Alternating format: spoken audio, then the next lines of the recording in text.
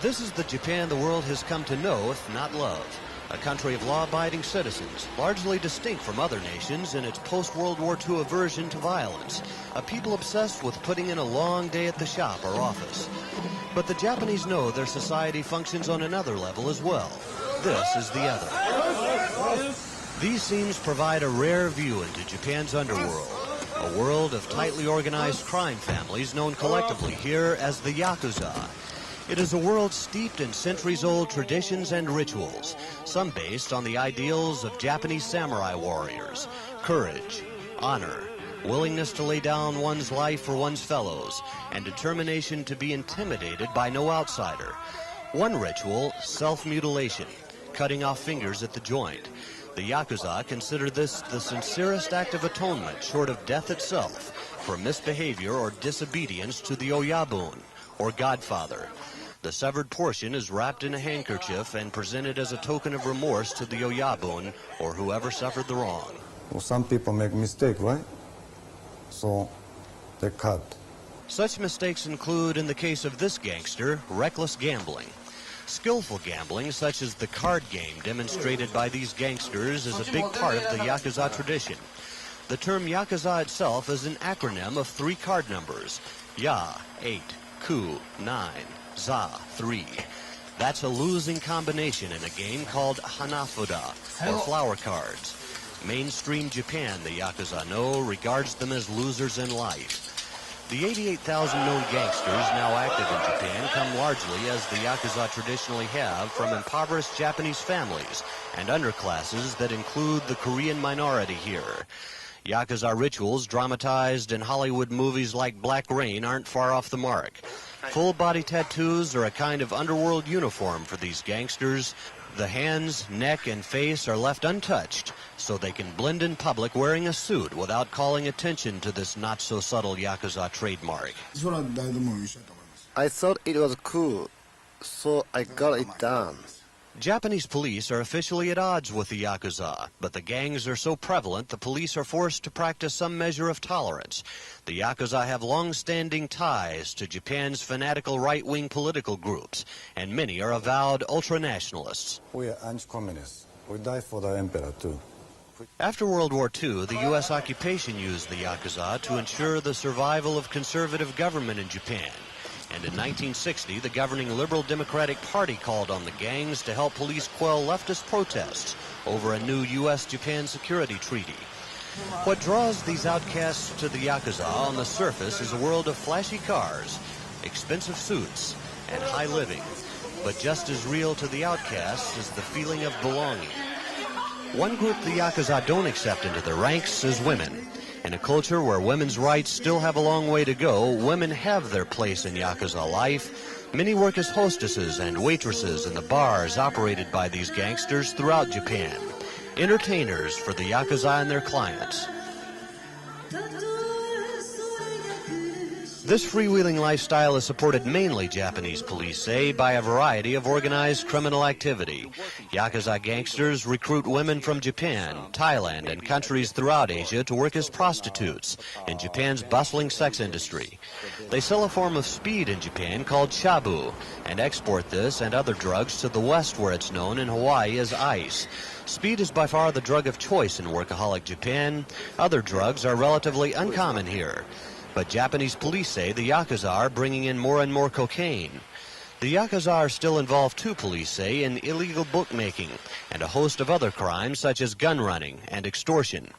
The U.S. Attorney General's office says Yakuza gangsters are increasingly expanding their criminal activities overseas, to California, New York, and other states, something Japanese police and some of Japan's top gangs deny. But Yakuza leaders do acknowledge some gangsters are investing abroad. Cheap real estate abroad, especially the price level of real estate abroad, is different from that of Japan. I think there are some who have invested a little in these real estate properties abroad. As the Yakuza become more international, some gang leaders are encouraging young recruits to adopt a new style, to move more into legal business and associated white-collar activity. The old rituals live on, though. Police believe nearly half the gangsters in Japan today have missing fingers. 3/4 have tattoos, known here as irezumi. tattoos etched on in a time-consuming, painful procedure that tests the patience and, the Yakuza believe, prove a member's willingness to endure suffering for the group. But Irezumi has lasting significance as well. It is seen as one way of committing oneself to the Yakuza, a commitment as permanent as the images on the skin. Just as companies in Japan provide lifelong employment to workers in the everyday world, the Yakuza offer outcasts lifelong belonging in the underworld. Taylor Henry, CNN, Tokyo.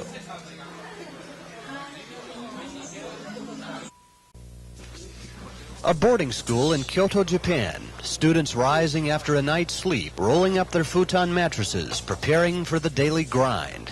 These aren't just ordinary students, and this is no ordinary school. It is run by the Aizu Kotetsugumi, one of Japan's biggest Yakuza crime families. These students are gangsters, the cream of the crop among young recruits from various Yakuza groups around Kyoto, sent here to hone their professional skills and move up the ranks. I joined out of an admiration for the underworld. Yakuza gangs throughout Japan recruit heavily among juvenile outcasts. Many experience their own run-ins with police prior to joining the Yakuza. Gangs offer these youths an organization they can join for life. In a culture where belonging to almost any group is better than being on your own, that's important. They are attracted to the glamorous lifestyle of Japan's underworld bosses, a lifestyle in which gang members wear full-body tattoos and sever portions of their fingers to show remorse for wrongs committed against the group. But first, these hopefuls must pass the test of rigorous training, performing menial tasks. 70% Yakuza leaders say won't make it and will drop out. Gang leaders say living together gives the trainees a sense of brotherhood. The Spartan lifestyle, they say, instills discipline and teaches the code of values the Yakuza hold dearest: obedience and loyalty to the Oyabun, or godfather. We teach young followers about many things, like the sense of duty and humanity and manners. In a neighborhood where ordinary school children pass by every day, the Yakuza school functions without fear of police or citizens. And in Japan, so do the Yakuza. Unlike the American mafia or other crime families, Japan's Yakuza gangs have legal recognition. Joining or belonging to the Yakuza is not in and of itself a crime in Japan, although police say individual members are deeply involved in criminal activity. Police made 54,000 arrests of Yakuza gangsters in 1990 alone. These were mostly lower echelon gangsters, those left to do the dirty work police say these organizations thrive on: illegal gambling, prostitution, drug trafficking, blackmail, extortion. The organizations I know of usually forbid the higher level people to deal in prostitution and drugs. Money from the bottom is pumped up to the top, so the leaders don't have to commit a crime to live like a king. Gang emblems like that of Kyoto's Aizu Kotetsugumi adorn Yakuza office buildings throughout Japan like a company logo.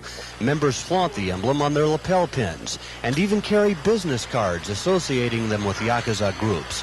Many Japanese seek out these gangsters for services like collecting debts or persuading tenants or owners to vacate property wanted for development. In a culture that runs more on consensus than confrontation, Yakuza mediators are heavily involved in out-of-court settlements to traffic accidents. Nor did these up-and-comers hide their enrollment as students of Yakuza tradition.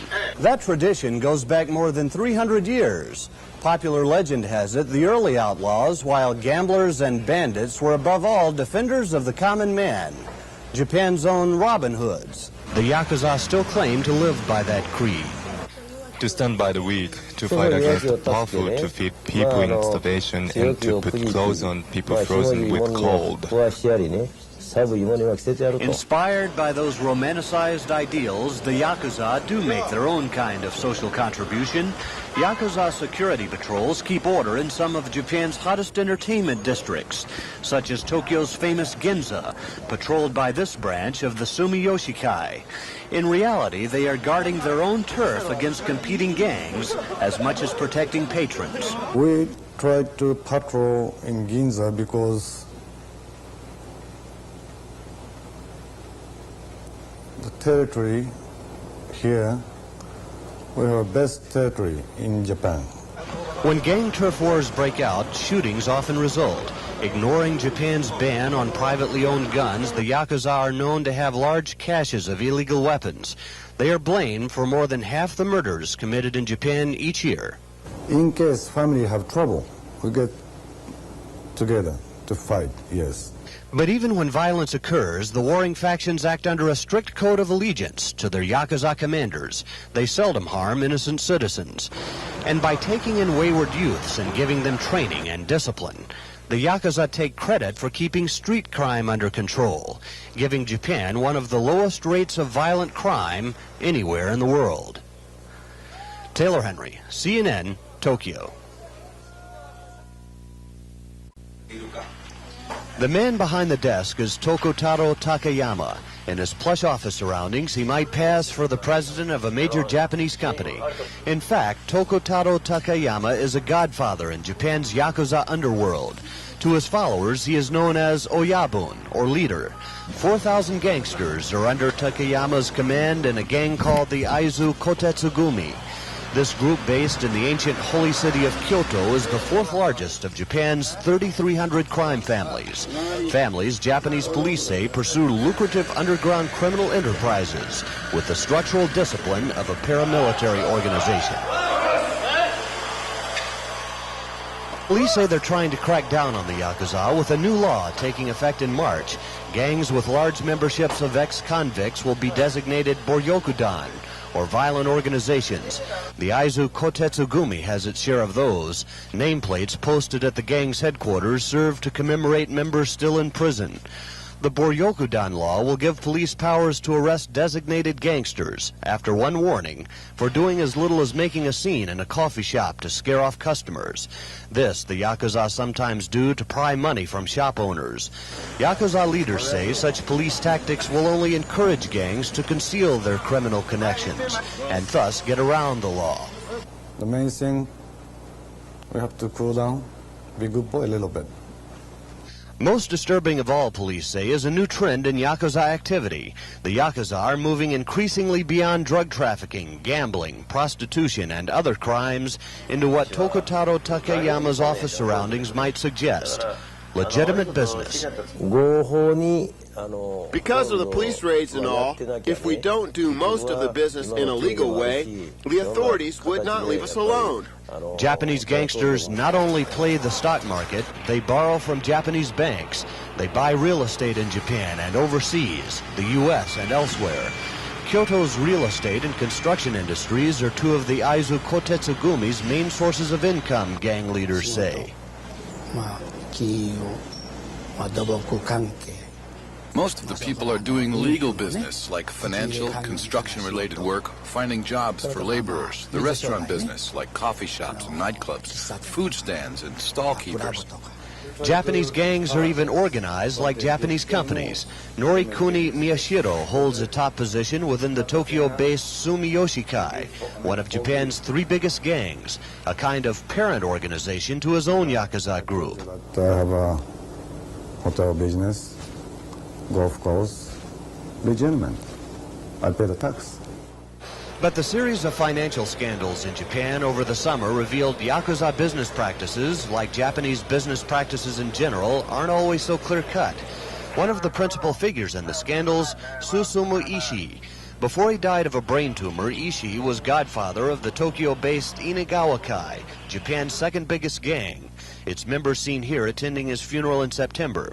Ishii used his influence to borrow more than $250 million from some of Japan's biggest brokerage firms, money he took to invest in a stock that went up sharply after his purchase. Using such tactics and feeding on Japan's boom economy, the Yakuza are believed to rake in, according to Japan's National Police Agency, about $10 billion a year. Some believe the actual amount may be 4 times that. Japanese police believe about 20% of that income is from legal sources: stocks, real estate, and other legitimate investments, in addition to the nighttime entertainment districts that have long been the bread and butter of Japan's underworld. Profits from these legal investments go directly back into organizations whose chief occupation, police say, is crime. About 80% of the income comes from illegal activity.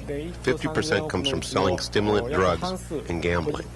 Yakuza involvement with Japan Inc. is long-standing.